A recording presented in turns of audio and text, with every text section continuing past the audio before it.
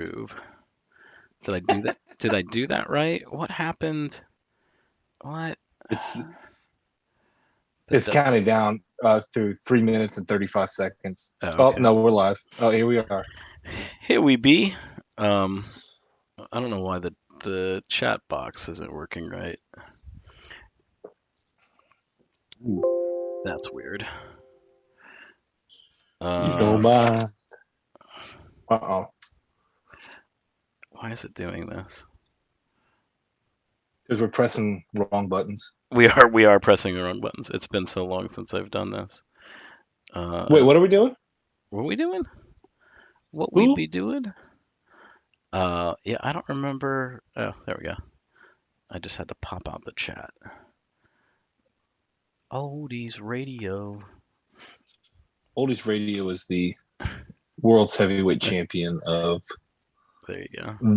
the Mingle. The Minglewood. What's up, old radios? I saw you got an You got a thing. eight millimeter, Yeah. 8 millimeter Yeah. doohickey. Target is paying me not to film the car show, guys. Can you elaborate on that?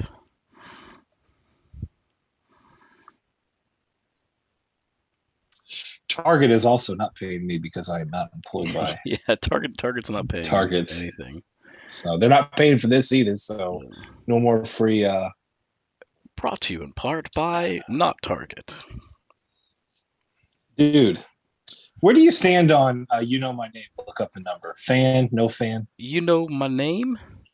Look up my number. I saw you posted it, man. You were on a blitz. Dude, I'm posting stuff and trying to Po- get people engaged, but everybody's like seen by 7 people, no likes. It's like, all right, well then I'll post more. um, okay. You a fan of the tune? I mean, I like the Brian Jones connection with it. That's fun. Um, that's weird. Why isn't the chat? That's strange. I don't know. Maybe it's just the one I'm doing it in. Um, the YouTube browser view, I guess. Um, it has Brian Jones on it, right? Isn't he? Brian Jones Yeah. is on that of sorts. There we go. Yeah. All right, now we got it. But yeah, it's been there's been a lot going on in the last 3 weeks. We realized it was 3 weeks, not 2 weeks. Um, but yeah, I have not listened to my name, look up the number in the last 3 weeks. So talk to me about it, Steve. What do you like about it? I like it a lot. I don't know, it's fun, it's different, it's out there, it's weird. I dig it. Very cool. I need to grab a record. I grabbed the wrong one? Can you hold down the fort while I go grab it? I grabbed Sure. a can and I meant to grab something else. Yeah. Although this is a great record, you should this should be in everybody's collection. You know it. So, all right, hold the fort down. All right. This is live. This is live without a net. Steve without pants, maybe. I don't know. Yeah. So you're scheduled to work and not be at the. Oh, so you work at Target? I'm assuming that's what you're insinuating there. But yes, David Crosby was in fact pretty harsh on that fan art. It was nice to make a joke out of it. I thought that it sort of looked like it just reminded me of Hulk Hogan. So that's why I colored it yellow and posted it on our page. So yeah, that's that. So I kind of censored you there, Steve, since you weren't wearing any pants. Well, that's the whole reason I got up. You really think I went and grabbed records? Like, Yeah, what are you talking about? pants optional. So I was grabbing my Genesis records. Okay. I made the connection that Old Radios actually works at Target, and that's why Target is paying him not to do that. So he's going to be working that day instead of doing the car show. And then we also talked really briefly. I talked to myself very briefly about the David Crosby fan art that I thought it was. What a curmudgeon that guy is. Of course, he's been a curmudgeon since 1964, maybe. I don't know, something like that. So.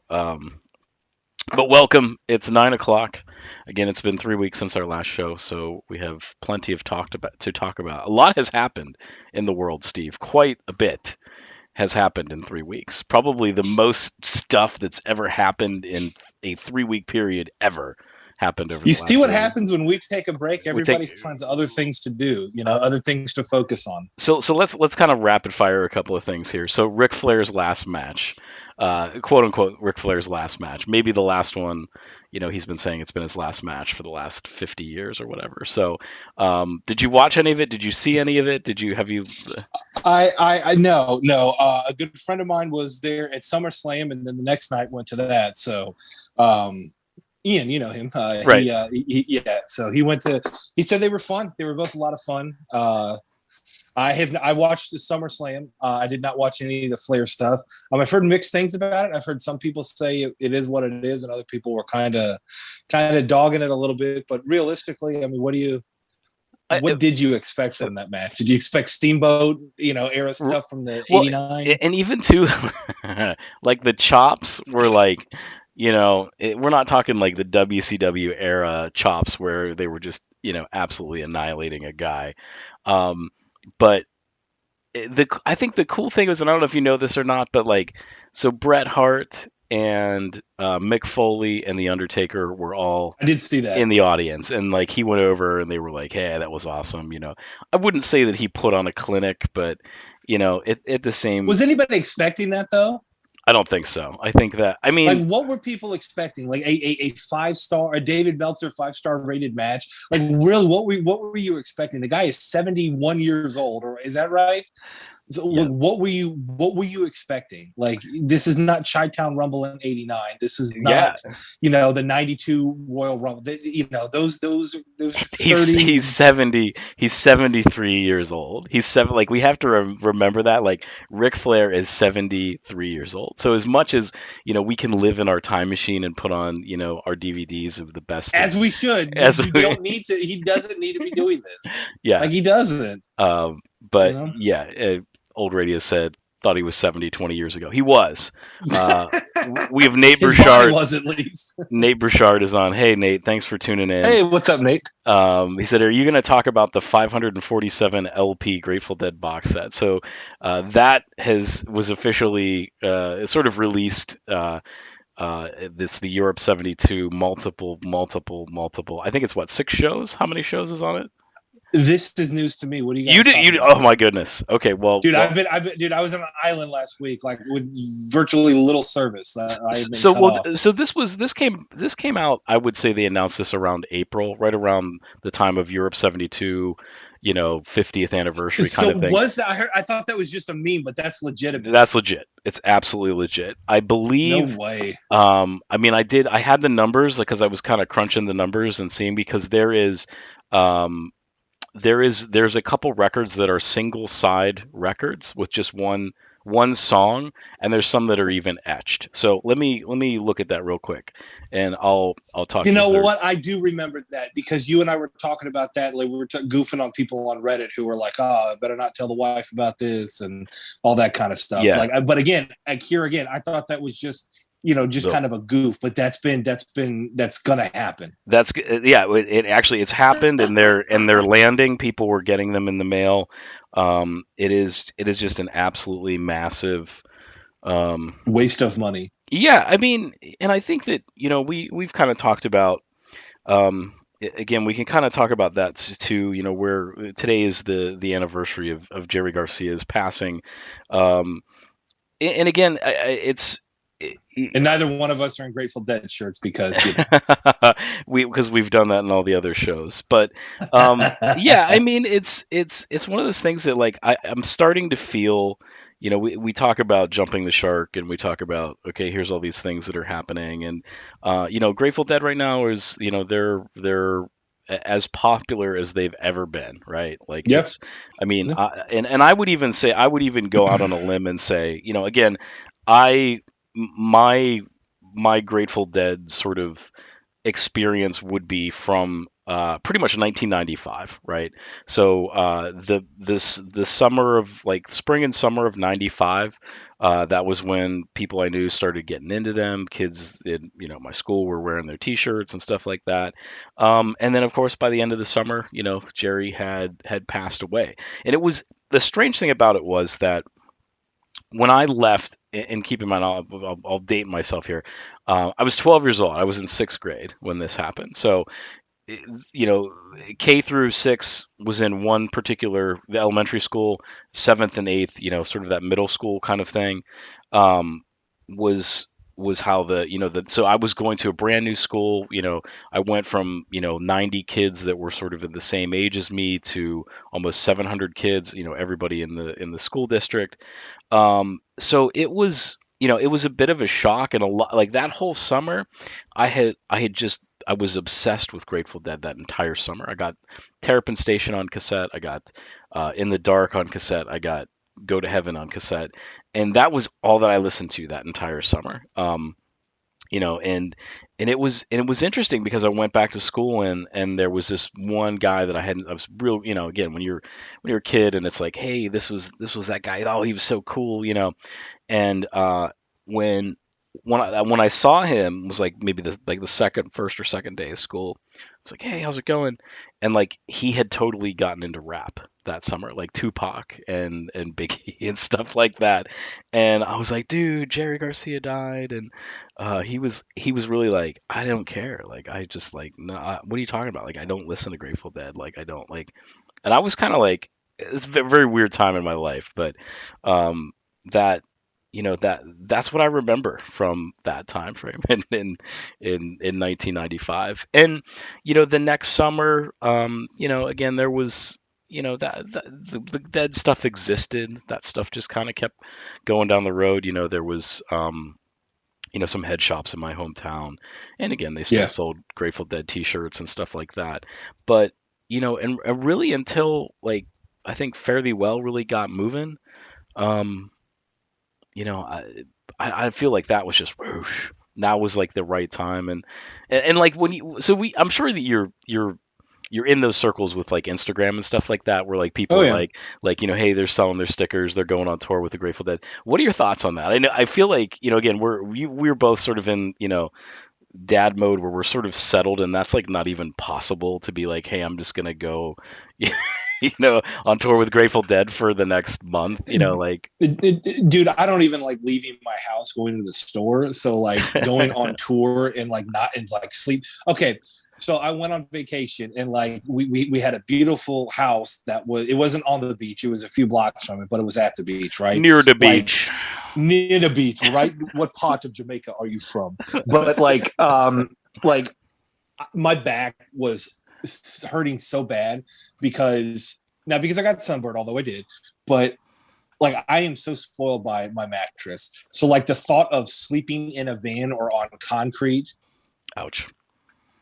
not appealing to me. So like yeah, being in dad mode and just being like, I don't like going to concerts in general. I know I've said that before. I just don't. I don't like dealing with people that are this far away from me, dealing with $9 beers or $4 waters. Yeah. To give a foreshadow for later. So no, I mean, maybe maybe if I was 18, I would have a different mindset. I But like, agree. I agree 100%. but Like, being in my late 30s, I'm like, no, I'm not doing that. yeah, and I mean the other thing is just like and a lot of these folks that I see, I mean, I can see the hustle that they do. They'll go, and then they'll sort of like vend, and they'll sell their merch like on Shakedown, and then they'll say like, hey, I'm here, like I need a ticket, help me out, and then like I need a and miracle, man. and then they get hooked up, you know what I mean? And it's like that's how they can, meanwhile for me it was like I wouldn't be going unless I had a ticket, you know what I mean? But again, that's just my mentality of how I would approach it. But I think that go ahead, I'm sorry. Looking at the track, And so, look at the chat. Trevor got my half baked joke, so thank you. And Nate, you don't ever have to apologize for derailing the no. conversation. You didn't. We it's not like we weren't going to talk about Grateful Dead. Like it's Yeah. like shocker. So I, no apologies at all. It needed I, whatsoever. I'm trying to dig into this to just see, looking at some of my old text messages, as far as the set. I'm like I'm back to like April here, so I think it came out or they announced it sometime around then. Um, do me a favor, Steve. Well, Yeah, you able to look it up and just kind of see. Just go on dead.net. Oh, it's probably sold out. So I got um, it. let me Let me see. pull it up. Let me pull up and take a look. Okay, I got it here. All right. All right. So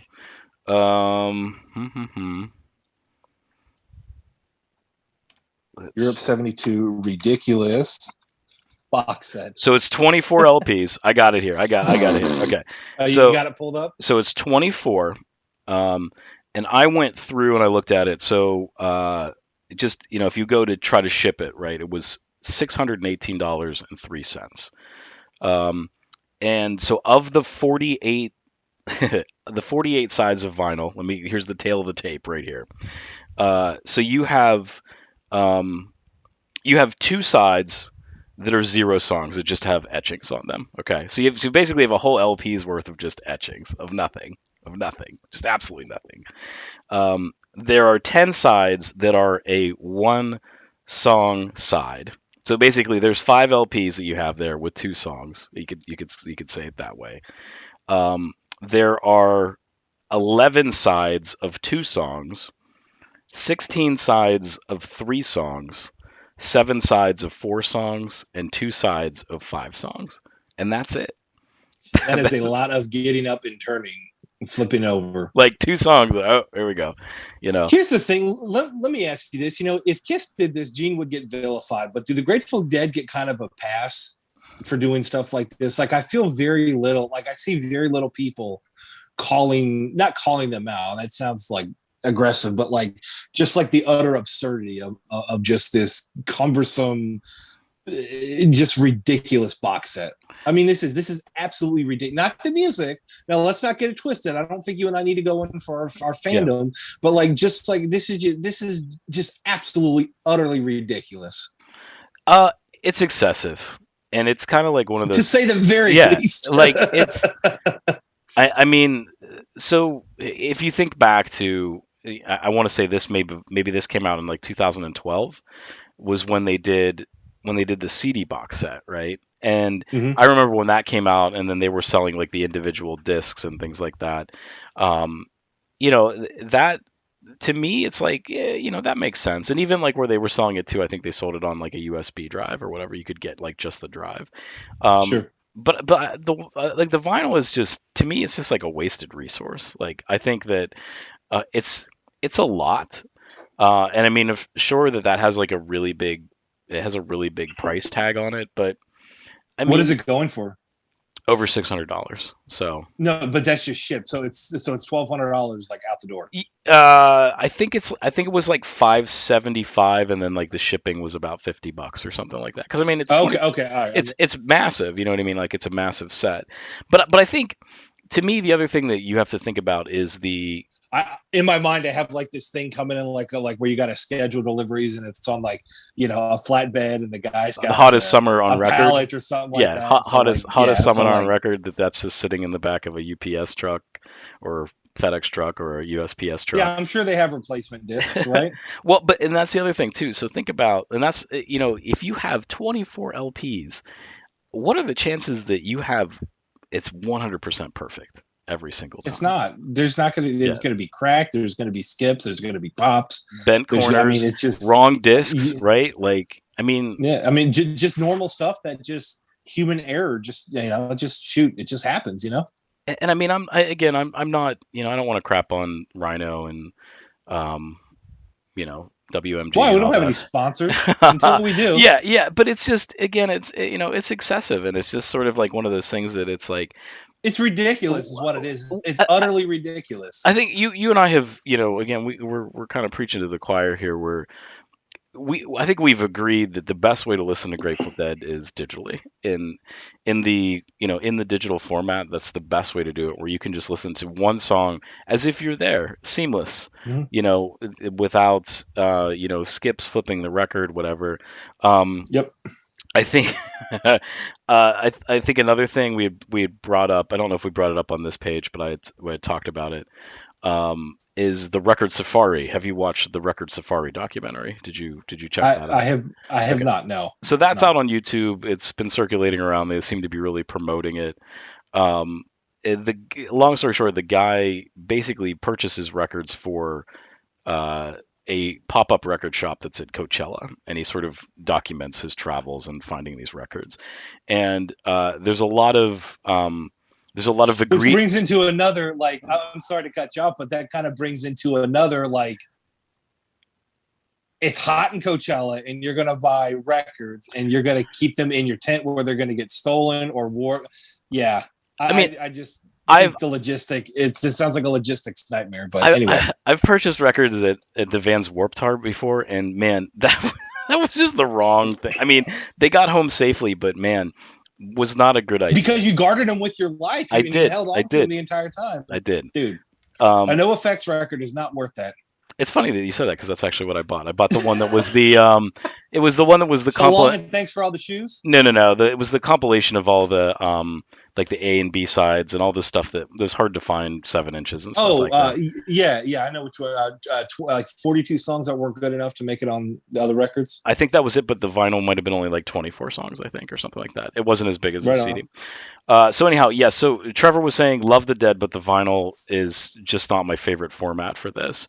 And I agree. I think that's it. It's just it's a lot. I think that just again, I would have been there with bells on had they pressed it up on CD again and said, "Hey," but again, that was a limited edition. We'll never do that ever again, and blah blah blah blah. So, they kind of were able to sidestep that by putting out the vinyl instead. Um, so yeah, but anyhow, so this record safari thing, just to talk about it real quick, there's a lot of egregious mistakes, and I think the biggest one that you would just be, I was like absolutely screaming when I saw it was he was talking about an original pressing of the MC5 Kick Out the Jams and was saying how it was like fathers and mothers and fathers, I think is what he said, or brother, like he didn't get the Kick Out the Jams brothers and sisters, like he didn't know, and I was like, man, this is something that you have to know, like this is record collecting 101. Like this is not, you know, whatever. And the man also Wow. enjoys peanut butter and jelly sandwiches as dessert. So I did make a comment on my Facebook page about that, which So that's what it was about. All that's right. what that was about, where I just kind of was like, this guy. Doesn't know kick out the jams and doesn't know what the meaning of dessert is. I guess we're Yeah. not too surprised with that. But he's had some I've seen some videos that he's done where he's talked to people. I'm not even going to say some of I don't even want to like, bring their names into existence, but if you look around, you'll see, some of the I wouldn't call them movers and shakers because they've sort of moved on to the uh what do we want to say? Not necessarily viral, but the amount of subscribers they have, it's not on the low side of the community where they'll say, "Hey, vinyl community," but then they have 10,000 people that they're addressing. So, um, but yeah, he's done some conversations with them.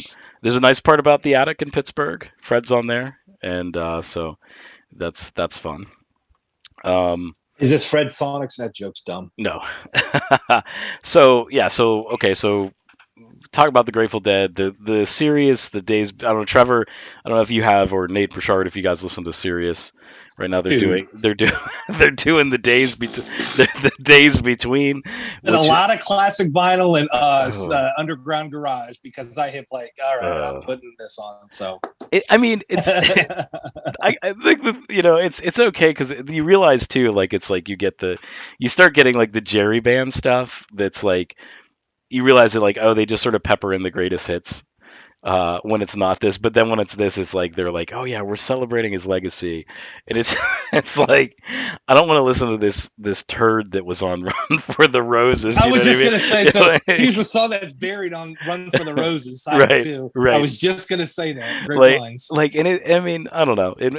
We joke about it, but it's kind of the point where No, I'm it's not like, joking. It's yeah, bad. like I'm at the point now where it's like it's been a week. Like the best songs that are off of Run for the Roses outside of the title cut are like the bonus tracks, like Tangled Up in Blue. I was like, what genius cut this Tangled off up the in record? blue. Blue, yeah, that's great. I love that version, but they were like, no, we're not putting that out. So Yeah. Hey, John's anyway, on. Hey, John, how are you? what's up, John? Um, we were somebody had mentioned what Fish and Mo, and Fish were just at they were at Atlantic City for a weekend. Had someone a good friend of mine went. So Meet me tonight in Atlantic City. You're not a Springsteen fan at all, are you? this actually, yes, I know the song because Tom Waits covered it on I don't know which one that. Heart Attack on Oh, Vine, right? yeah. Is that on Heart No, Attack on no, no, Vine? no, no, no, no. Jersey Girl. Yeah, it's on Heart Attack on Vine. No, yeah, but that's a no. That what? I'm almost positive, Steve.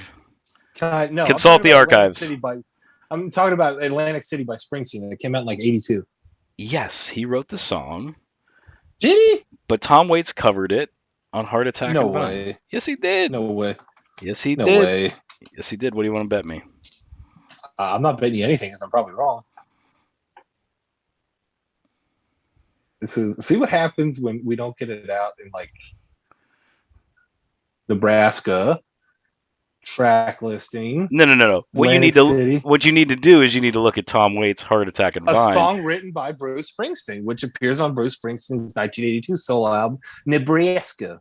Okay, so do yourself a favor and I pull up Tom Waits' 1980 album, Heart Attack and Vine, and tell me what's on the last song Whoa. on side one.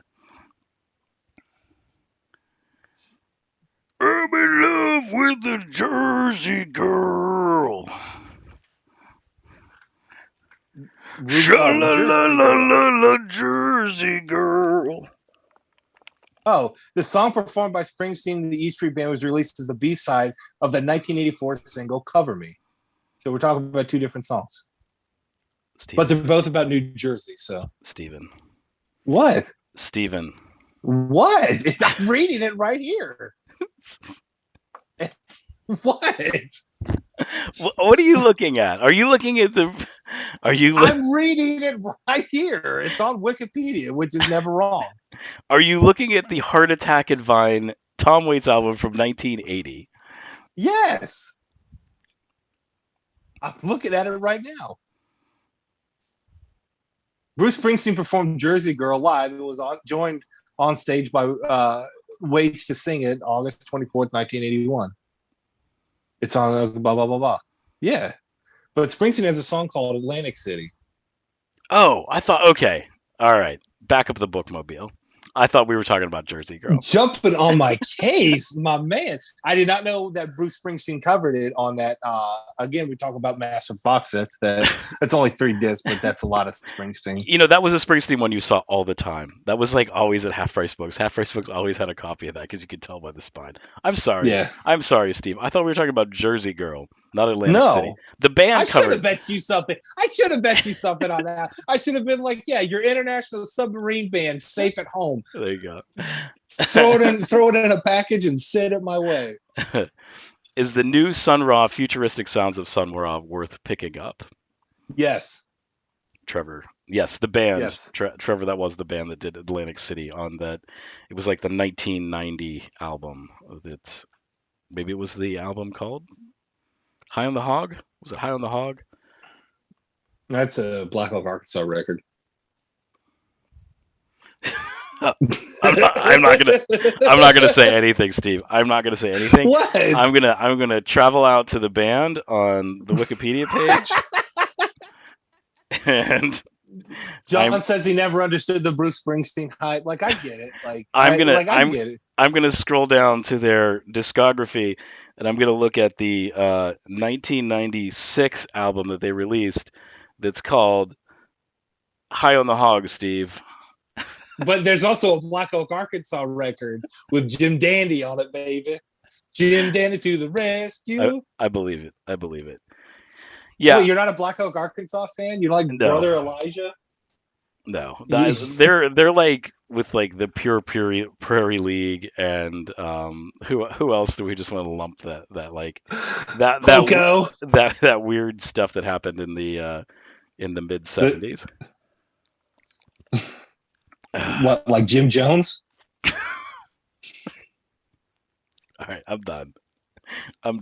Okay. All right. You said weird stuff that happened in the 70s. That was weird stuff that happened in the Ozark Mountain Daredevils. Exactly. There you go. There's you don't like one. Jackie Blue? Ooh, Jackie. I like it when I'm shopping at the grocery store because that's usually what I or hear. in the dentist office. Of course, Journey is usually what I hear at the dentist office. You know, Just a small town girl. You were going to need to get your schedule for a. I my the one dentist that I used to go to, they used to play the bridge all the time, talking about Sirius, and like I was, this was like, see, I'm like I'm a recent Sirius convert. Like I realized like. I don't know. I know of it. Never really was like, hey, this is something I need to get because I was like, I got my iPod, I got all the music I ever want. Um, and then like I've seen the light. Like it's cool. There's some fun stuff that they do, and I like Like it the when big Steve Hour. yeah, well yeah.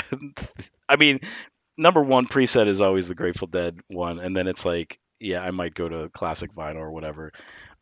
With Earl Bailey, we're gonna link these two songs together because they're both in Uh, the key of this is E. Earl Bailey. We're going to be talking about Emerson Lincoln Palmer and we're talking about Jefferson Airplane Yeah. and leaving on a jet plane. So, yeah, it's no, I'm Underground Garage. What is that, like 26? Uh, Play some good stuff. It's 20 a place 20. where you can hear. Yeah, I think that's It's somewhere a around place where you can hear like Smokey Robinson and then the Ramones right afterwards. So I'm like, that's the channel for me. John says he loves listening to Steve Parrish stories Sunday morning. Yes. John, if you could be a fly on the wall and hear some of the stuff that Steve and I both do a very good, a big Steve Parrish impersonation. Why don't you be the caller and I'll be Steve. No, We'll do a little on air demonstration. it's the same caller every single time. Um, Hey, and what did you think of like did Jerry really like wear shoes, man, or was he like I'm just gonna wear socks occasionally sometimes? Like, was he a big sock fan, or was he like did he wear them on outside of? Well, back in 1974, they didn't play Unbroken Chain, and people said like what when it's the end, they're gonna play Unbroken Chain, man. And then what happened? They played Unbroken Chain, and then it was not unbroken. In fact, it was very much the opposite. It was broken. It's right. terrible, man. It's that for 3 hours. 3 hours of that, yeah.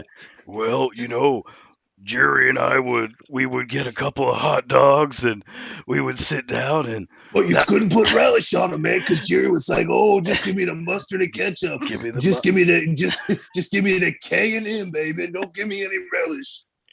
I remember So stupid. I remember this one time we were playing at the Capitol Theater and I was like, "Man, these amplifiers sound good tonight, Jerry." And he said, "Yeah, I got this I've been eating a lot of hot dogs and yeah, At one time in 1978, Phil ate a tuna fish sandwich.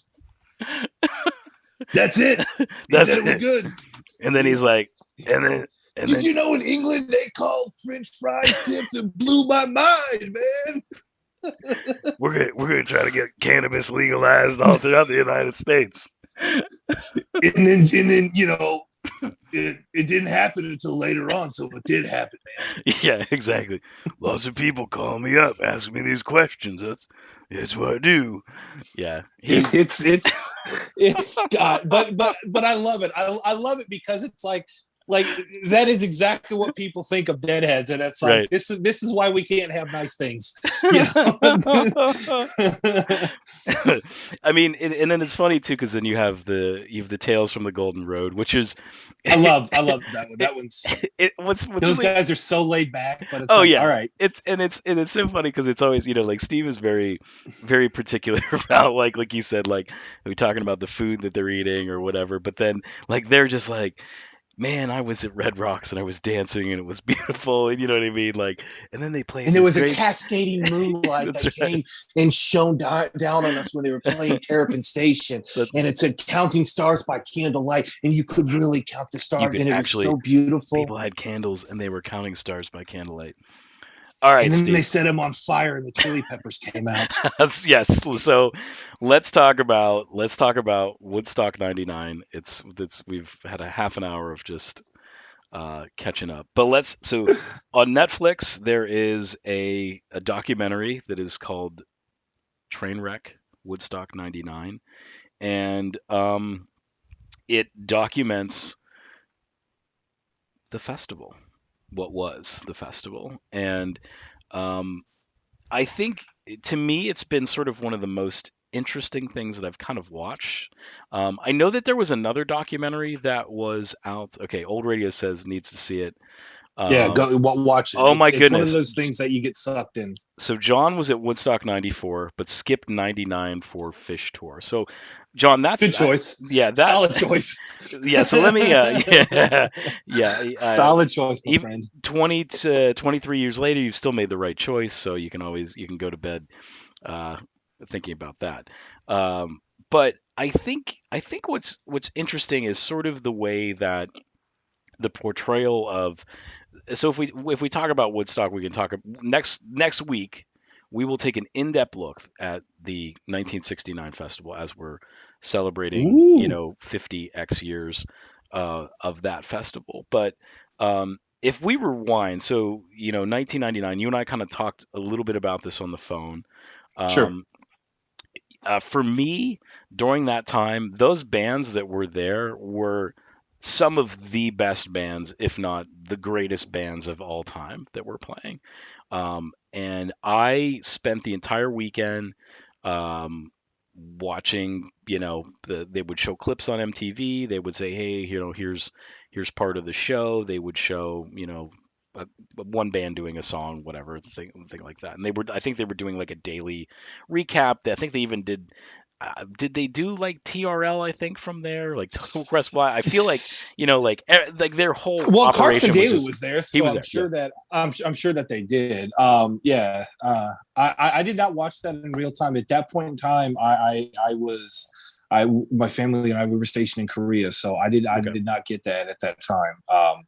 So leading up to it, no, I was reading the Rolling Stone magazine articles and things like that, just like reading about it and whatnot. And at the time, I mean, I'm not gonna pretend that I wasn't a fan of Limp Bizkit and Corn. Like I thought those guys, most kids my age, I thought those were like the bands. Like these guys are the greatest bands and Yeah.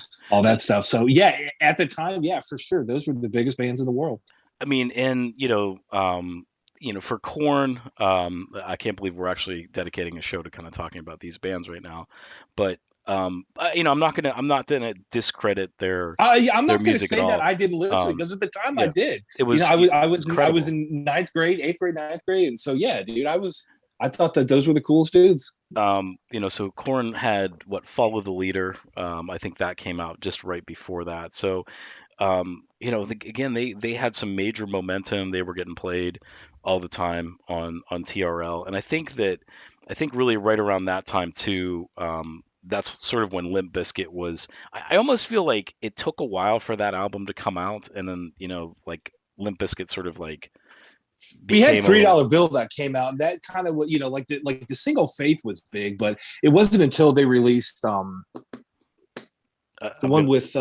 with significant other. That was the one that really like blew them up big time. Yeah, That album was everywhere. There were so many people. I was like, man, there are a lot of Yankees fans, but like, no, they were just wearing yeah. the Yankees cap because of Fred Durst. So, Yeah, just looking at release, so we can kind of make a timeline here. So $3 bill, y'all. That was it's like released '98. July of '97.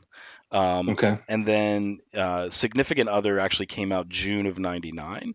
So Okay. So that was a new record then at that time. yeah, so Nookie, the single Nookie came out. That was mid June of '99. So again, that Okay. that song was just huge. Oh, that Um, great stuff. And yeah. yeah, those were huge songs. um Oldies Radio just dropping some stuff here. Yeah, Eminem was really big. Again, Eminem was to me was kind of the one person that was sort of missing from that lineup. You know what I mean? Like I feel like, um, of the bands that were there, we'll just go through some of this. You had the Offspring. That they had their what was that? What's that? Americana. Americana. That album had come out I think in the spring. I want to say. Corn. You had Bush. Lit, Buckcherry, The Roots, The Insane Clown Posse, um, Metallica played there. And fun Metallica. fact, that was my first bootleg I ever had. A Oh, friend of really? mine in school was like, "Hey, my brother downloaded this. I made you a copy." I was like, "What is this?" I was like, "Where'd you get this?" And he was like, "This thing called Napster." I was like, "Whoa, this is awesome!" So that was the first bootleg I ever had. Yeah. Um, Interesting thing. Mickey Hart and Planet Drum were there. I don't know if I you were there. saw that. That was weird. Yeah. Yeah. Fatboy Slim, Red Hot Chili Peppers, Creed with Robbie Krieger, um, Godsmack, Megadeth, Collective Soul, Seven Dust, Rusted Root, Our Lady Peace. Mike Ness was there, so Social Distortion. Elvis Right on. Costello played, Everlast, Brian Setzer Orchestra. Um, so really, I mean, looking at it at face value, I think they did really well with the artists that they had. I Um, mean, it was. I mean, you had who else was there? DMX was there. James Brown, mhm. Cheryl Crow. Like you had like just about anything that you were into. And maybe if you only listen to Yanni and Enya, you wouldn't have such a good time. But like they definitely had just about everybody you could really want at that time there. Yeah, You know, and, and like and which is just again just like the first Woodstock. It's a logistical nightmare. yeah, and again, this the big difference with this one was, it was at an Air Force base, so it was just basically concrete all around. Um, That's and not going to get hot. yeah, and It's not going to hold heat. right. Uh, John, did you go to like the Clifford Ball for Fish? Wasn't that like at an Air Force base too, or something like that? I don't know if John's still on or not. Um, he got popular. Yeah, Kid Rock, Josie. Yeah, like you said again, like if you turned on the TV, like these were the bands that you would see on MTV. They were the ones that Yeah. were like and again, even those, some of those spin magazines that I had that we showed in past episodes, like a lot of those Mm-hmm. bands were also there as well too. So I think that, as far as the legacy goes, the one thing that this documentary really talks about is sort of all of these non-disclosure agreements that these people had to sign now that these things have expired, and it's really coming out like, hey, this is what was going on at that time, or all of these terrible things, and they were downplaying it, and they didn't want to tarnish the Woodstock brand. I think that was the big thing, was that they didn't want to say like, because I remember when Woodstock 94, uh, when that concert happened, I remember there being a lot of buzz around it. I almost feel like there was more buzz around 94, kind of with that age of, again, the Generation X folks, um, that this was definitely not for them. You know what I mean? Like by the time that 99 came out, it was all people that were sort of my age, that like 17, 18, 19 year olds, like that was just, you had to be there, and I think that was there you go. Hey, we got Vinyl Fever on. So Hey, what's up? oldies, I think you've been How are you? asking about Dan. Dan has arrived. So Dan is here. elder millennials, yes, that's what Steve and I are, definitely elder millennials. Um, but I think the buzz around it, again, I don't, you probably didn't know anybody that went, obviously because of your situation, No, but no. I didn't know anybody that had gone to that. But in the fall, that was when it was the second round of the Family Values tour, which was, I was just going to ask you about yeah, the Family Values tour because I remember at the time I was reading like Hit Parader and Metal Edge, yeah, Circus Magazine, like those were kind of like my go tos, and like I remember them really getting behind that Family Values tour, like and all that stuff. And I remember just like really following that tour and like man, that would be cool to go to and all that. So yeah, and a friend of mine, again, he had went to the show, and I said like, hey, pick me up a T-shirt. And so he got me a Family Values tour. Pittsburgh was actually the first night of the tour, oh and wow, yeah, so it was pretty good. I believe it was, again, it was like Korn, Limp Bizkit, um, Papa Rammstein was Roach. Rammstein was there, which I was like really excited about. I was really into them at that at that point. But yeah, they were. It was funny because I looked up the T-shirt that I had, and it was like somebody on Etsy had it for like $80, but it was like, Sega Dreamcast presents the Family Value Store. Like, it was just really funny to, kind of see that, and like, I was all excited. I was like, oh, that's a great T-shirt and all that. But what was your biggest surprise about watching this documentary? Biggest surprise? How much of a scumbags promoters are. Yeah. Well, again, I think that if we look at stuff now, and even if we look at like I mean, baseball, and hindsight's 2020, right? it is, it It's sure always is. 2020. So Um, Elder Millennial Talk. Do you guys like the Lemonheads? I've never really gotten uh, into them. yeah, I mean, I think I have two of their from albums. what I've Yeah, from what I've heard, I like. Yeah, yeah. I mean, um, they were a sub pop band, right? They were kind yeah, of that sort they of were on thing or that. whatever. But yeah, What were you saying about baseball? You perked my it curiosity with just that. just with like baseball, you think about every inch of the stadium. This part of the stadium is sponsored by blah blah blah blah blah, and I really think that that was like the beginning of that. Like it was all those. But now like if you do a festival, it's like okay, here's the again, I know that you don't go to too many concerts and stuff like that, but sometimes when they have like those little cardboard garbage bags that or like Oh, here's everything is here's a trash can. sponsored. It's You like know, waste management. Oh, so waste management said here are these things they're going to get their little logo on. Hey, you're going to be on all these garbage cans around the around the you area. know, here's And a local attorney. Urinal cakes. So it's like everything is sponsored now. Sam and I, when we were watching it, they're talking about all of the craziness that's going on with, so the water samples were all messed up Dude, there. that was just that made my stomach turn. Oh Like I yeah, was like, oh my god! And you see people like slipping and yeah. sliding like purposely and just like this poop water. It's like, oh my god! And then them drinking it. I mean, it makes about as much sense as like some guy peeing in a river and then a guy downstream like Like filling filled his up with water yeah, bottle up. It's e- like, oh my god! Like this yeah, is and to think about that's probably eating poo is probably the least amount of your troubles, yeah.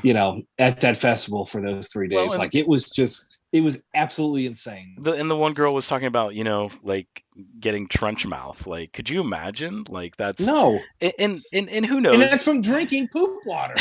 Like that's a direct cause of it is Right, bacteria in your right. water. It's like, Yeah, good God. exactly. I mean, again, they may, and then you see the people that were, like, slipping on it like a slip and Yeah. slide and stuff like that. Like, yeah, it's mud and this is what we're doing here, man. Um, when I saw Tom Petty, I think I think it was Tom Petty and the Heartbreakers was the only time that I've ever gone to, and again, this was just a 1 day thing, uh, that the porta johns were just like out of control, and it was the first time I like ever went into a porta john, and I kid you not, Steve, like it was level with like the bowl, like that's how filled up that porta john was, And that was and just one guy that was like, whew, right, he was in like there for half a day. right, and it's like seeing that and then knowing like oh hey there's and I made a joke about that too, like Woodstock Of course he did. It's Woodstock has always been when they we're came gonna out. tell poop jokes on here. They know what That's they're right, lots getting. of poop jokes. When the original Woodstock happened, again there were not enough porta johns, and Just like this time, they've learned nothing. yeah, and so and again I put this on Facebook sometime a long time ago when the giant Woodstock box set, which we'll talk about that next week, when that came out, I think they only made 169 of them, or no 1,969, right? That's how many they made. It was a limited edition thing, and what I thought was funny was um, I think as far as the amount of porta johns that they had at Woodstock, you could basically put three of those box sets in each of the porta johns that they had at the original Woodstock. So I thought that was a little interesting fact that was definitely worth mentioning. But yeah, I mean, seeing just seeing the weather, just the way that the weather sort of did that, and there was still like some of the promoters They took their water. They completely took their waters, which just how much of a disgusting capitalist do you have to be? Like, these people. This is not. They're not coming in for an hour and a half to see some band. They're there for 3 days, and you're confiscating food and water. yeah. I mean, water of all things. And then food. It's like these people. These people are literally going on a camp out. They're Yep. literally throwing up a tent, and you're going to take their food and their water away. Like that should be criminal. Really, it really should. The other thing that I think was an interesting kind of contrast about that is, and I've gone to a couple of concerts that have been this way where you can't you can't bring in water. Like you can bring in like a bottle, like one bottle of water, as long as it's sealed and it's not like over like 24 ounces or something Vodka. like that. Yeah, exactly. You put your Nikolai in your Aquafina bottle, and yeah. Um, but a lot of times if you bring your own like container, like if you bring a Nalgene or something like that, you can go to like the beer places or whatever, and they'll fill it up with water for you. So that's Right something on. that like that happens. I mean, that at least happens at Star Lake in Pittsburgh. So again, maybe they've learned from that, but just like confiscating people's water, like It's terrible. yeah, And it's 1,000 degrees out there on this concrete airstrip. It's like, are you high? I I don't know. I could Which not. some of the security guards, I'm sure, were completely. Well, You know, yeah, they were. exactly. They Uh, were indeed high. the picture that they painted too, where it was just people that were, hey, you want to be security? Yeah, yeah, sure, I'll be security. And then, what qualifications did they have as security good? Or they The just, guy said he would do it. yeah, exactly. Like yeah, I'll do it. My friends will do it, whatever. Um, so I think I think the legacy of that, and we sort of hit on this when we were talking earlier, is just the climate of things just sort of being um, overly sexualized with like American Pie and Austin in, in, Powers and and that's something that was really kind of odd because I stopped and looked about, I thought about that. It's like, now I guess having a young daughter kind of has a lot to do with it. But you go back and you look at that time, and it's like all those big movies were like sex comedies, right? Like yeah, American Pie, full of dick jokes and just kind of unapologetically. I don't know what you would want to call it, like chauvinistic, like incredibly disgusting to the nth degree of male chauvinist, and just that's something that it's like, wow, that is something that shouldn't fly now, and it shouldn't have flown then, but certainly wouldn't fly now. And yeah, it's just really kind of, you go back and you think, we're just at 20 years, 20-25 years with that stuff. Like, we're not decades removed from that. yeah. Oldies Radio said the That's Man just, Show. I mean, yeah, that's a great yeah, example too. exactly, yeah, Yeah, exactly, yeah, exactly. That kind of stuff.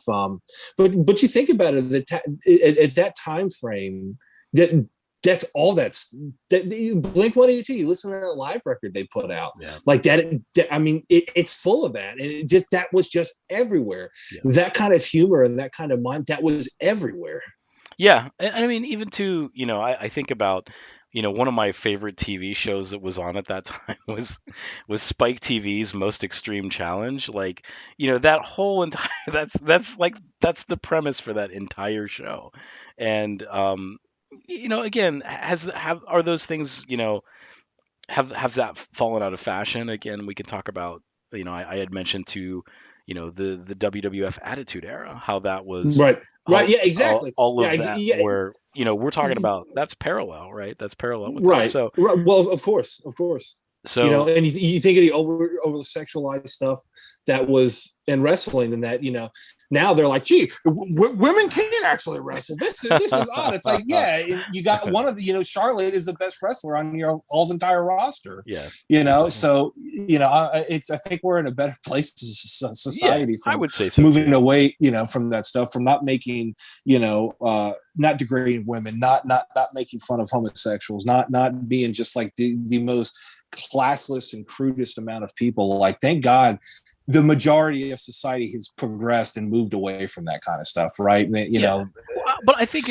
it was kind of, again, like you can't pinpoint it on one thing. You can just say, you know, It was a culture, Mark. It was the yeah, entire, like, it was Jerry wrestling, it Springer, was right? movies, it was Jerry's, music, it was it yeah, was it was everywhere. It yeah, was it was in every form of media, is every form of entertainment. yeah, On television, on CDs, on in movies. Like, it was everywhere. Like, that was, I mean, you can't pinpoint it on one thing because it was everywhere. right. It was everywhere. There were little pieces of it and everything and all Sure. that. So, Yeah. edgy websites. There you go. Yeah.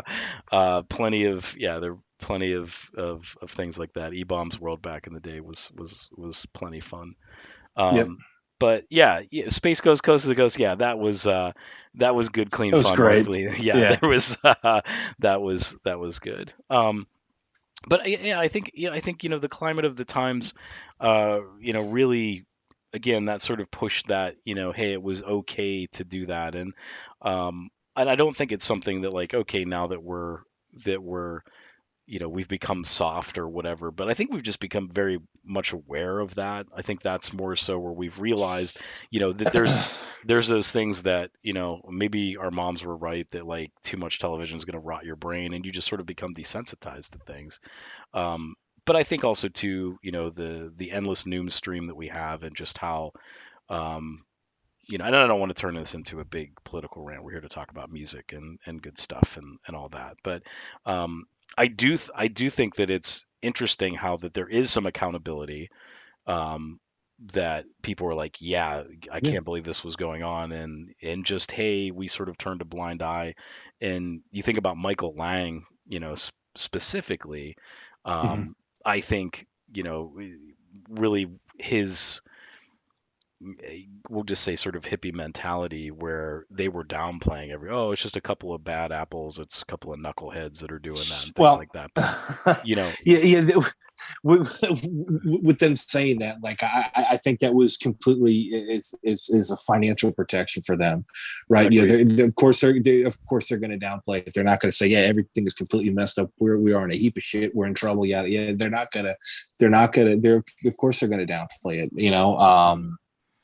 And I think it's really like when Michael Lang was like, "Oh, yeah, I didn't know these bands. I didn't know they were going to do this stuff." It's like, well, it does fall on your shoulders. You are responsible for this. You're responsible for the safety of the people, both of their mind and their bodies, and Hmm. certainly you're responsible when things go awry and you need to do something about it. And it was just kind of, to me, this was an exercise in let's see how many bad decisions we can make in a 3-day period. And they downplayed it. Yeah, of course they did, because it was financial protection in order to do that, to prevent the probably overwhelming and pending lawsuits that they may have had coming Yeah, out of this. and a lot of it was, I think they were trying to create those, um, those Woodstock moments, like being in that in comparison to the first Woodstock, right? You think about kind of those little things where I really think maybe by the second day of the festival, they sort of realized like,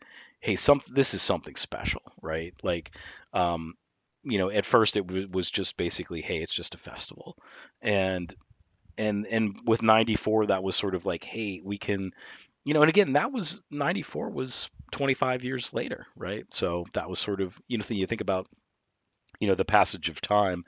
Sure. I think if we look at '94 again, that's probably the one that's everything was kind of cool. You know what I mean? Like, sure, they were throwing mud and things like that, but I it was gonna wasn't say, what do you remember about that? Like people throwing mud at Green Day, and then Billy Joe Armstrong throwing mud back at them, and that's like the word that's like what people remember from that. This one, people, when you think about Woodstock '99, I mean, it's far right. worse. Yeah. Well, You and know, it, it's I remember too. I know that everybody thinks about that Green Day thing because again, they were just. I mean, Green Day was absolutely white hot. Dead In '94. Dookie is still a fantastic. That Yeah. is such a good record. There's Yeah. not a dud on that album. But I remember the seeing videos of like Trent Reznor with Nine Inch Nails and just playing this like this keyboard that was just absolutely covered with mud. My name is Mud. Primus did The, play. Primus was there as well too. Uh, yeah, I think so. yeah, they were absolutely because that was Okay. one known as Big Brown Beaver. They played that all the time on the Okay. radio Right too. on. So, Okay. uh, Okay. John, do you have any stories from '94 that you would like to share? Yeah, had we have known that, we could have had him on. Like, We would have had you dialed in. Yeah, we could have dialed you into the meeting. but I mean, we could probably do that. John, do you want me yeah, to? John. Yeah, if you're still around, John, would you like to join the meeting? Would you like to be our first live guest? John. John said "Girls Gone Wild." Yes, I remember Yes. seeing Yeah. those like advertised. It like, yeah. Gosh, All right, John, are we gonna do this? Are you gonna? is he there? Are you there, John? John?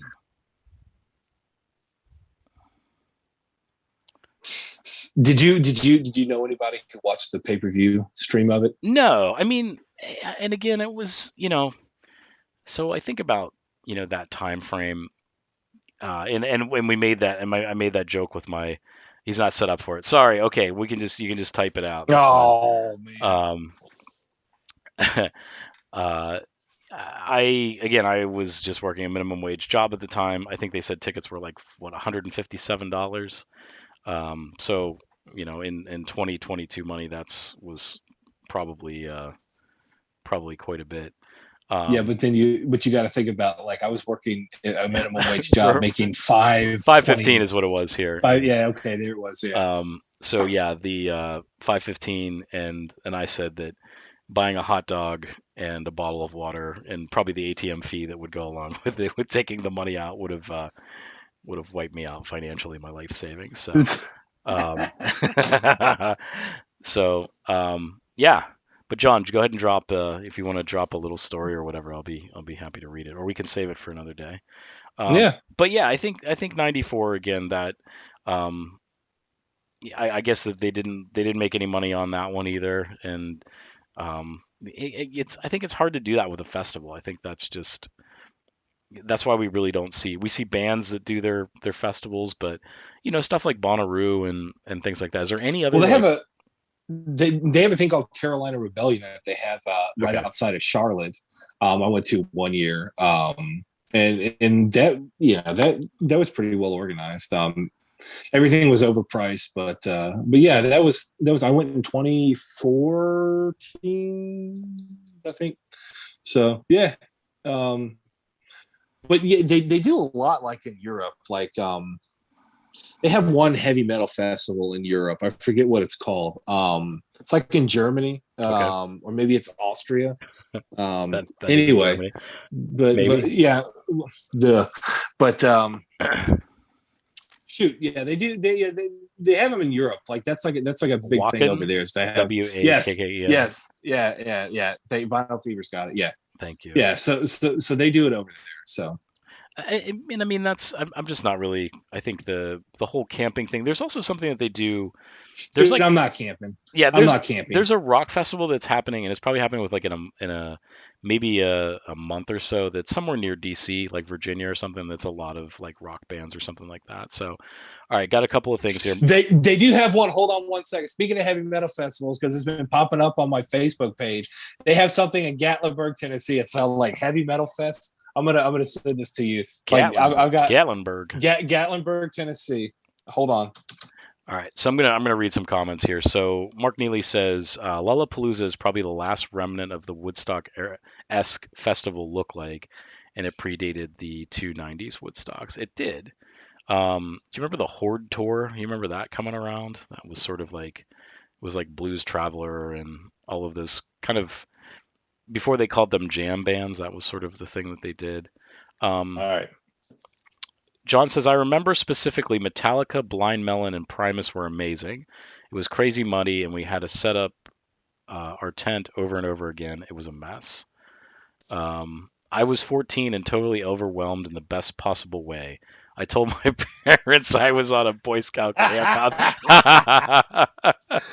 Oh man. I said I was going to a sleepover at my friend's house, and he told his mom that he was going to be at a sleepover at my house, and You guys want to go see a dead nobody body? called each other. That's great. It's like Uh, Stand By Me. All right. So this is happening August 19th. So like in a couple of weeks. This is called Monsters on the Mountain 2022. And monsters on the mountain. this is in Pigeon Forge, Tennessee. So I am familiar with that area. would you like to hear some of the bands that Give me are the big listed? font. I want to hear the big font, and then give me like some tiny font. Some people I have no Uh, idea who they are. well, okay. Well, Quiet Riot is like right up there with no original. I don't know. Is Rudy Sarzo original member? I don't know. But then you have Extreme, Queensryche. Let me see who else is. Blah, blah, blah, blah. Let me see. Is Dream Theater Monsters. playing? You want to talk about a band that I just like loathe? It would be them. All right, let's see. So that's there's lineup. Let's see what we got. Ooh, get your tickets now before they sell out. It's called M on the M. Ooh, this is a really full lineup. This Sorry, is a Dan. terrible website. Dan said he saw Dream Theater 4 times, so I'm sorry. That was Sorry. if I made an insulting comment there. No, I did. I was the one that. All right. So Friday, you've got Tom Kiefer, not Cinderella, just the one dude from Cinderella. Extreme. Ingve Malmsteen, Quiet Riot, Richie Kotzen, who was on One Poison record, Kip Winger, again, not Winger, just Kip Winger, Autograph, Lillian Axe, Bad Marriage, Tango Down, and Nerd Halen, which Nerd Halen are dudes who dress like your traditional nerds, but they play Van Halen. That's Friday night. Are you stoked, Mark? Let's get into Saturday, brother. Got the weekend. We got Cody Parks in the Dirty South. I think that's just the guy who checks your tickets and his band playing.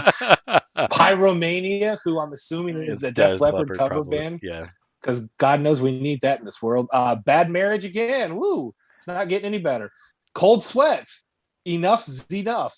John Corabi. Dangerous Toy. Stephen Piercy. Striper. And Queensryche. Let's go to Sunday, the Lord's Day. Surprise Striper's not Never playing miss on a that Sunday day. show. That's odd. Shot of Poison, which is what you're going to need to get over this. Wild America, The Hot Summers, which I can only assume is a Donna Summers cover band. Michael Sweet, Soto and Belair, whoever that is. Tourniquet, Pat Travers, Brother Kane, Vixen, Nielsen, Firehouse, Kicks, and Night Ranger. Will Gene Simmons be making a appearance there or no? Dude, no, you would have to pay him like you could get all these guys 3 times over before he would even like set foot on the ground there. You wanted the best, you got the best. Curse. Sounds like my brother's 1988 cassette collection. That's exactly what it sounds like to me as well, John. Lillian Axe. You don't want to go see them? Man. Dude, if there's one place I don't want to be next weekend is going to be a Pigeon. Come for the heavy metal, stay for the COVID. Like that just like, oh my goodness. Woo! Pigeon Forge is like the Las Vegas of Tennessee, basically. So it's a lot of instead of casinos, you have black beers. So pretty much. Steve, let's talk about a couple more things. Mark Neely, I wanted to mention one thing that maybe a CD that you may want to pick up. I think this is right up your alley, Mark, if you're still watching. But can we take a quick break and just can we talk about? Please. Can we talk about? You don't want to talk. You don't want to talk about Monsters on the Mountain anymore? Please, let's talk about this amazing comp. Yeah, this is fantastic. So this just came out this last week, from the Grapefruit Cherry Red label. Miles Out to Sea. It is the roots of British power pop 1969 to 1975. Steve, you said it is on. Well, you do Apple Music, is that right? Yes, it's on there, but it's the majority of it, not all. Yeah, it's significantly cut down.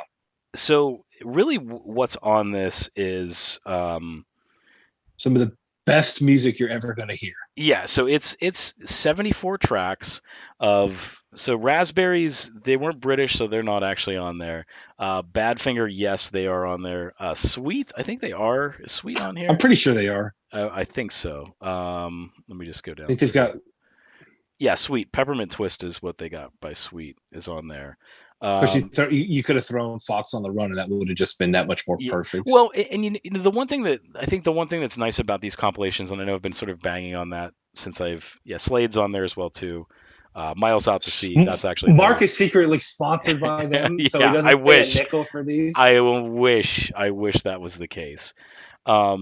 But the cool thing is a lot of times that they'll do the deep cut, so it's not like Yeah. you don't get the hit off of the You album, but you'll get get something like that's the B side or like the album cut. Yeah. yeah, the B side or like some. This that one is so good. I literally laid on the beach and listened to that. I was like, this is like, no, seriously, that is that good, man. And like those songs get stuck in your head. Oh And yeah, I yeah, mean, yeah, it's so great. It's so great. It's like if you like Cheap Trick and Big Star, Badfinger, like this is like that. This is it. yeah. It's all, but again, it's all sort of the the British bands. There is some stuff for the let's see, the Buoys. Are the Buoys in there? I believe they are. I feel like they might be or not. No. Um, yeah, I mean it's. Is there any tracks in specifically that you really thought were pretty cool that you were really dug on there? Yes. I wish I had written it down. Let me see.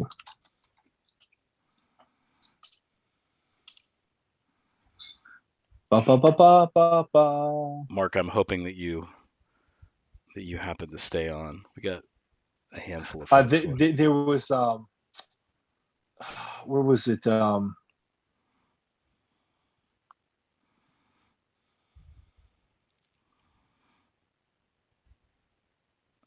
The I'll Ming be there. The Shape of Rain was really good. Shape of Rain. Yeah, they actually just Yeah. had they have a Shape of Rain, I think, compilation that they just put out. They've been licensing a lot of stuff from them. But they did mention that in the booklet. I think that there were some songs that they wanted to get, but they just couldn't. Again, they you think about, there's 74 or 75 songs on here. Um, Uh, and they're only charging like $25 for this. So it's yeah, it's yeah. yeah, it's a steal. Love's Made a Fool of You. Yeah, the Bobby Fuller four cover Okay. was really good. I mean, that's again, that's a fantastic song. This is just like when you said, what was it that you texted? You were like, I feel fully confident saying that this is like Yeah. more right down your alley than anything I've ever seen before. You were Yeah. right on the money.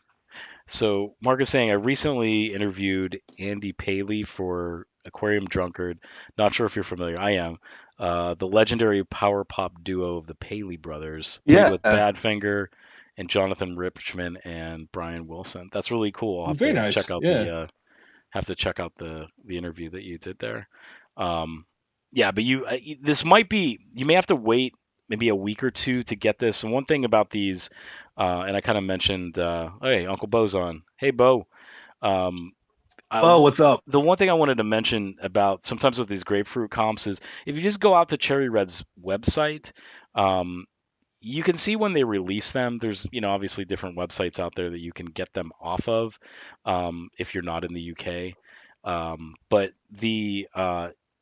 generally they'll go out of print right when they're released, and then they'll make some more things like that. So if you're having trouble finding it, Mark, just maybe give it a week or two, and then usually they'll put them back in print. So obviously, to follow them, if you do Facebook, follow the Cherry Red page on Facebook, and they'll talk about, hey, we just re-released this, things like that. So um, but yeah, this is just a fantastic comp, Steve. I can't wait for you to listen to like the full thing if you like the truncated version that was available on streaming. Yes. I think that there's some great tunes on here. Was like the Brinsley Schwarz, like the what's so okay. So the Elvis Costello, What's So Funny About Peace, Love, and Understanding. The original Yes. versions on there. Stuff with Dave Edmunds is on here too. The Tremolos, Sweet Marmalade. Jerry Rafferty, Ragamuffin, which I think was the band he was that the one that no, that wasn't the one he was in. He was in the Humble Bums.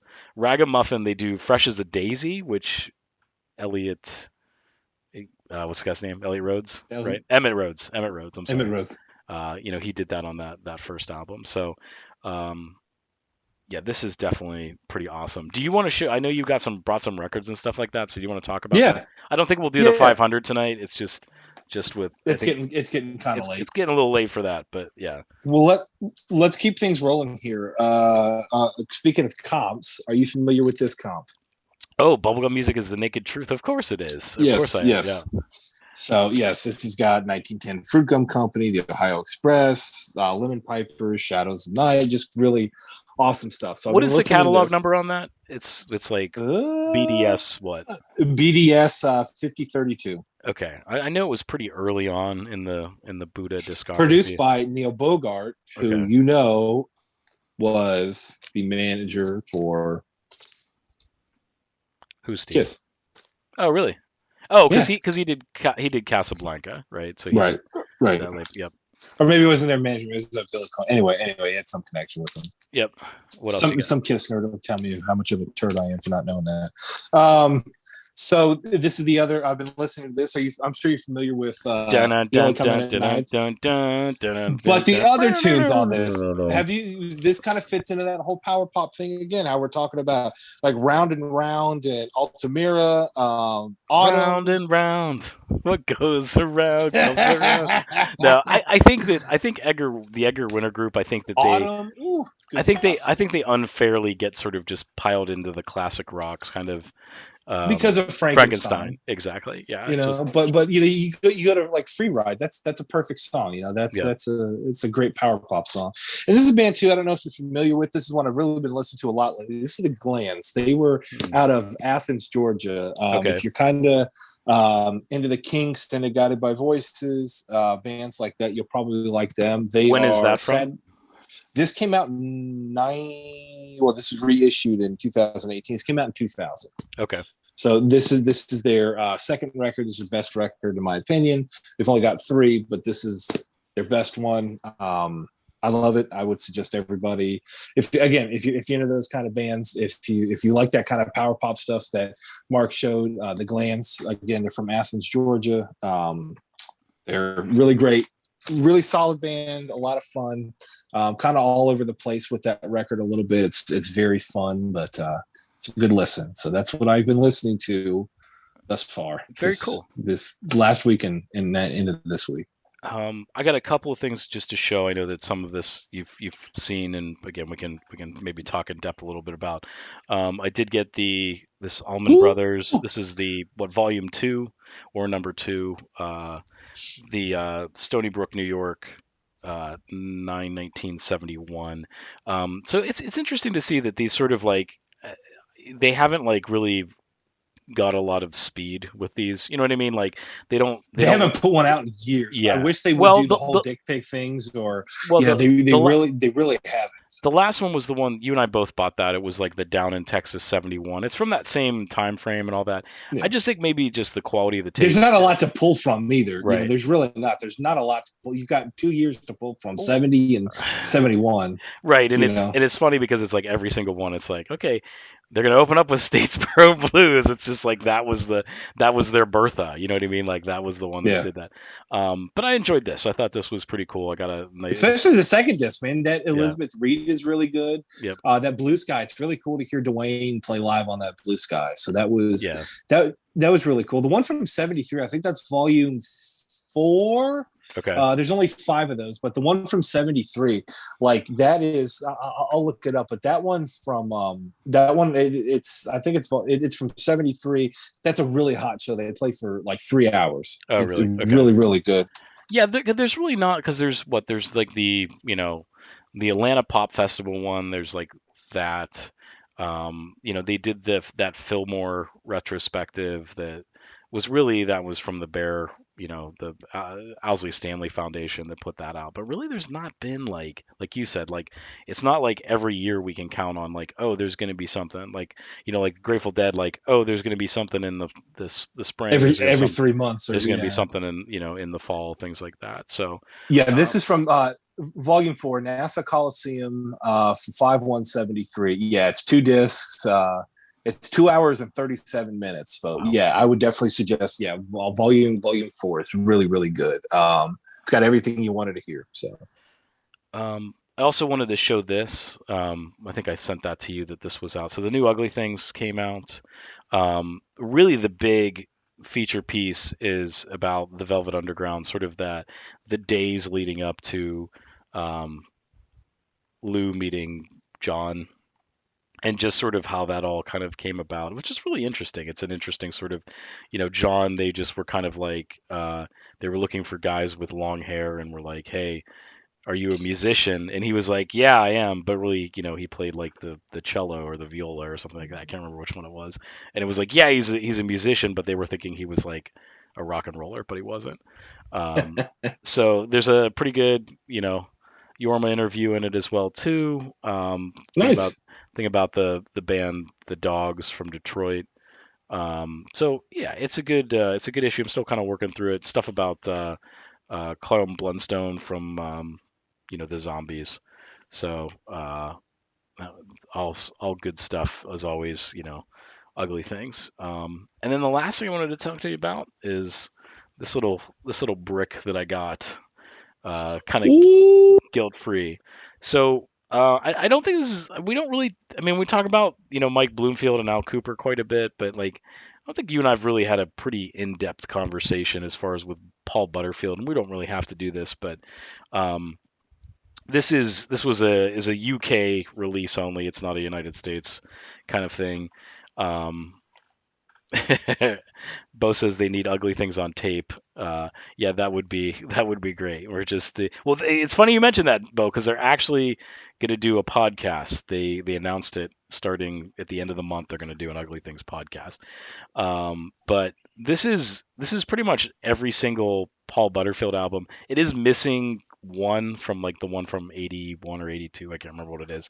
But if you are a fan, I've bought a lot of this stuff Do you over and over and over again. These are maybe the third and fourth, fifth time that I've gotten some of these albums. But go ahead. do you want to know who got me into Paul Butterfield Blues Band? This guy right Would here. be would be Bo. Bo. Oh, Bo. Yeah. Bo, how many Paul Butterfield albums do you have left? Because I know that he said that he had gotten He rid of them. posted one. He posted one, and I was like, I gotta check these guys out. I've never. And I think it was. East West, probably. I If I had to yeah guess. yeah yeah. I think so. So But I think what's cool is, again, with sort of the Electra kind of thing, and I'll tell you why that if you're going to get Paul Butterfield stuff, why that you should maybe search out this box set. Not only is it fairly cheap, I mean, you probably get. I got an amazing deal on this. I got everything for $50, but you could probably find it, I would say, in the $75 range, something like that. A lot of these are out of print in the United I was States. gonna say, yeah, the So, majority of them are probably so really, your normal, everything after reincarnation of Pig Boy Po' Boy sandwich is probably out of print. for the most part, yeah. So the first album, um, that one's pretty readily available. Same thing with East West, pretty readily available. The Resurrection of Pig Boy Crabshaw was what you were trying to That say, one. which is one of my favorites. I kind of I listen to that one quite a bit. This was released, I think, in the mid '90s, which is the original Lost Electra Sessions, which is pretty much what happened is they were signed to Elektra, and Paul Rothchild, so same guy that did all the stuff with the Doors, Oh yeah. they went through, were like, hey, this is going to be your first album, and it just didn't happen. So they just kind of shelved it for a bit, and Oh wow. then so What is that like? Is that it's very primitive. So yeah? if I had to say like and it's sort of like this one too. There's you know th- these this does have some songs that stretch into the 4 minute range, things like that. These are all pretty much 2 3 minute songs. There's not really any like the long kind of blues shuffles and things like that, but it's still worth checking out. This was released on vinyl for Record Store Day 2022. But this came out like I think in 94 95, something like that. um, in my own dream, this is an interesting one. Not too many people really talk about this album. It's very kind of a transition album, for me personally. I think there's I got to be in a certain mood to kind of listen to this was 68, so this was sort of post Monterey, pre Woodstock. um, and then Better Days, that's another one. This is probably the only other one that you can find on CD. Those ones that I just showed. The rest are you're gonna be pretty hard pressed to find. Maybe this one, maybe the Electra one, the one with Love March on it, Keep Moving. So this one was sort of after How was that one? Because I've seen that in the dollar bin once or Um, twice, yeah, and I've always passed on it because I'm like, I don't know. for a buck, I would say get it. I mean, it's from '69, so it's sort of the, like I said, this is the Woodstock lineup. David Sanborn's in the band. But it's again, Paul Butterfield is one of those bands that you have so many albums that you can choose from, and you're probably going to take East West out, or you're going to take that first album out. You know what I mean? You're going to play those way more than everything else. So, um, yeah, it's again, I'll listen to this occasionally, but I don't listen to it as much as the other ones. Um, this was another one that uh, in around 2005. Rhino did a handmade, like they did a what do I want to say? Like just a limited release kind of thing for this that you could get this album. So this one's been out of print for a while. They've released it on, I think it's a label called Wounded Bird, where they have Hmm. like a volume one and volume two. But this has some unreleased tracks from the LP. This was actually the first Paul Butterfield blues band album that I ever got on vinyl was this one. So again, this kind of holds a special place in my heart. But this was more, I think, like they recorded in 1970. I think it came out in 71, something like that. In the Troubadour, and so they were playing like small gigs, like they weren't playing any big things. The stuff that's on Bearsville, these are all the ones They that were like, on Bearsville. yeah, it's on Bearsville. Really, I did Yeah, not know that. yeah. So Huh. this was another one. This was probably the second Paul Butterfield album. This is way out of print on CD. I think you'd be hard pressed to find it. Um, and it's kind of like this is Obviously, these are the late '70s. What do those albums sound no, like? they're Are they they're more? early 70s. This is like Are 70. they? This is 70. I think this is 71. So this is the one Wow. this is the one right after the live album. This is actually Todd Rundgren actually mixed this album. So I I was know going to you guys say, are yeah, yeah. they were label mates. Yeah, that's why Yeah. I was really Yeah. surprised that they would be, but hey, that's the cool thing about those record labels is they would just kind of have a variety of whomever on it. Yeah. So, wow, I had no idea. I had no Um idea he had records on that label. yeah, Are and they are they worth checking out? see, that's the thing. Like, if you find these on vinyl, like you said, if it's stuff you see in the dollar bin, yeah. Like this is like North South is like for fans only. This is 1980, so again, sort of So, how. what does he sound like at that point? The Blues Brothers? Um, so it They, doesn't it. He was still playing. I think the one thing you could say about the difference between Paul Butterfield and John Mayall, which I feel have a very parallel career together. Um, they didn't quite get the slick production and stuff like that. Like Paul Schaefer, like from David Letterman, like that Paul Schaefer, yeah, he was in the Butterfield Blues Band for a bit. So I that's like, didn't had yeah. no idea. So that like 1981 album, he actually plays keyboards and stuff like that on it. But yeah, again, it's basically just blues. It would be like if you would buy like a Buddy Guy record from like the 1980s. It's gonna sound the same. Okay, It's like, okay. the drums sound a little tinny. They have like the 80s drum sound to them. That reverb and all that on Yeah, it. the reverb, but there's like I said, you're if you have a choice between listening to this and listening to East West, you're gonna listen to East West. Um, but the cherry on top, I just wanted to talk about this real quick. One of the reasons why I was like, okay, this is kind of like a must-have purchase, is because of this, which is it's Paul Butterfield live in White Lake, um, 8/18, 1969. So do you know anything that happened August 18th of 1969? Gee, let me think. Woodstock. No.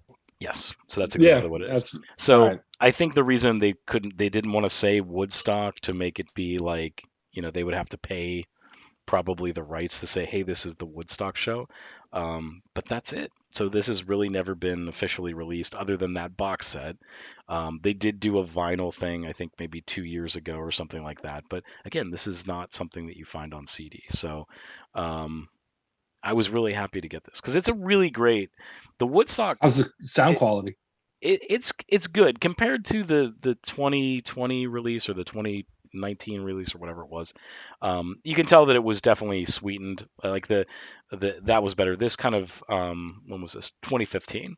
So I don't know if they had the tape and then they finally said, yeah, we're gonna put it out, and then they when they did it for the box set a couple of years later, it just makes me mad because it's like, how long was Rhino sitting on this?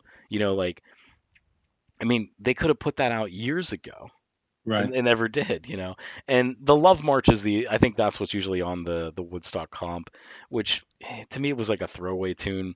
Born Under a Bad Sign or Driftin' and Driftin', all over 10 minutes at this point.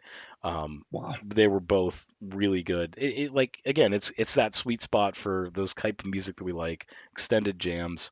Here you go. So that was an exciting purchase, even though really it's kind of like I said, only like five of those albums. It's like are ones that I didn't have, but at the Yeah, same but now time, you've got his entire you got it output. all. And So it's in this little box, and it's like it takes up, maybe the same thing that three CDs takes up. So yeah. the size is fantastic. But that'll do it for me, Steve. That is 3 weeks of fun stuff for me, musical exploits. So anything you'd like to add?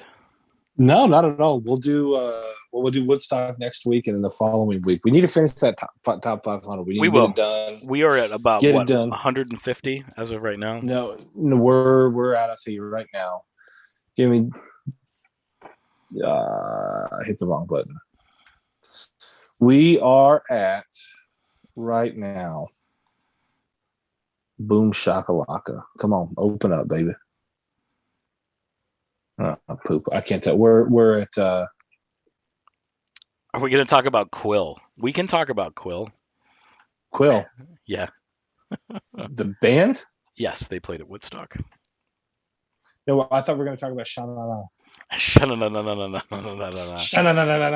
Who played after the Butterfield Blues Band before We Jimi talk about Hendrix? that lineup. We need to talk about that lineup just in terms of like booking and like, okay, you go on and then you're following these guys. Well, it's the storm that happened really kind of put everything in arrears. So if they John didn't, Fogerty is not a fan of the Grateful Dead. not a fan of the Grateful Dead. Oh, which again, what some exciting stuff that's coming out. So they are re-releasing, or well, I guess releasing for the first time that full. Is it the Albert Hall? Is that where that is? 1970. Yeah, yeah. That's supposedly it's like one of their best shows, ever. That they at What least is that's what they're marketing as. what So is Creedence Clearwater the concert? Where was that recorded at? Isn't that the same thing? Is that like just the? I thought about that, but I didn't actually look that up. I played that concert not too long ago. That live album. That's really good, man. You talk about. That was I from think I even 1980. text you, and I was like, "That this band is just those Okay, guys so could that was go." recorded at the Oakland Alameda County Coliseum, January 31st, 1970. So we know that from all the bootlegs that's the Blueberry Hill one. That's Yeah, the Paul McCartney yeah. one that became the Wings Over America. Uh, some of the best bootlegs were recorded at that venue. That's very true. So I mean, they were really really. I mean that version of Tombstone Shadow that's on there, dude. Those guys were just Tombstone Shadow. they were just a powerhouse, man. Um, so yeah, and it's cool to kind of start seeing these. Really, we've seen what 2 years ago the Woodstock um, set was released. CCR released their own CD of that, and now they're doing this. Like, I'm do you, surprised the Dead haven't. Which I know that, but just as far as I mean, well, I don't know. technically they did. It's on that. It's on the Woodstock box set, like the official. So the Because they official really played like four songs. Like they played like Turn on Your Love Light, Mama Mama Tried Tried, and then like Dark Star, and and I that want was to, it. yeah. And I think they tried to play El Paso a couple of times, and it just didn't happen. So, um, so uh, yeah. So I'm excited. I But have you got to think of all the things they could maybe they could do a double disc of like Monterey and Woodstock. yeah. I don't really think that there is because they didn't want to be recorded at Monterey. I don't think there is. Is there any official recording of them at Monterey? Official, I don't know. I'm sure there's something bootlegged there. There has to be. But again, that was again like the thing is they just played weird songs. Like I think they played like Caution and like New Potato Caboose or something like that. Like they didn't. Well, that what does Bobby always said? He's like, They've every always big messed up the big chance. ones. Yeah. Yeah, yeah. um. Here, let's see. Grateful Dead, Woodstock, or no, Monterey. Monterey, down in Monterey. What did they play? What did they play? They played. Where's it at here? All right. So they played Cold Rain and Snow, uh, Viola Lee Blues, Into Alligator, Caution, and that was it. Because they only played for like 25 minutes or something like that. So, Do you want to know what they played at Woodstock? but they play at Woodstock. Saint Stephen, Mama Tried, Dark Star, High Time, Turn On Your Love Light. Okay, there you go. So And that was 69. That was sort of the, of course, the pig pen, get your hands out of your hands out of pockets, your pockets. where he's like, I'm running out of things to say. So, yeah, Dark cool. Star into High Time into Turn On Your Love Light. Okay.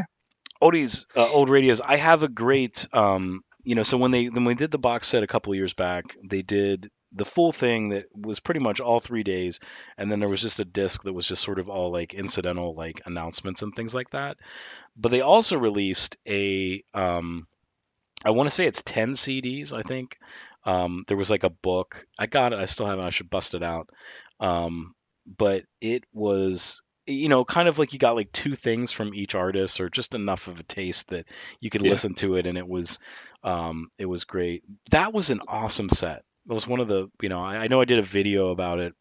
I did like an unboxing video, and it had like over 1,000 some views or something like that. But um, oh, Neighbor Shard's got a promo copy of that Quill record. Yeah, they were. Ooh. Quill was pretty good. I wish they would have stuck around, but probably one of the guys got drafted to Vietnam or something like that. So um, we will Rick Barry played some good hoops. Yes, he did. Oh, yes, he did. we will chat next week. So thank you guys for sticking with us after our long 3 week hiatus. Uh, and we'll see you next time. So, Yeah. sports Sports truly. Truly and Tully Blanchard. What is it? Tully Blanchard. I'll see you at the Greensboro Coliseum June 7th. Um, I think that's what it is, right? So, all right, guys, take care. I'm gonna kill the stream. I probably shouldn't say that. We're gonna get the video flagged for saying hate speech. Sorry, I can't get the window.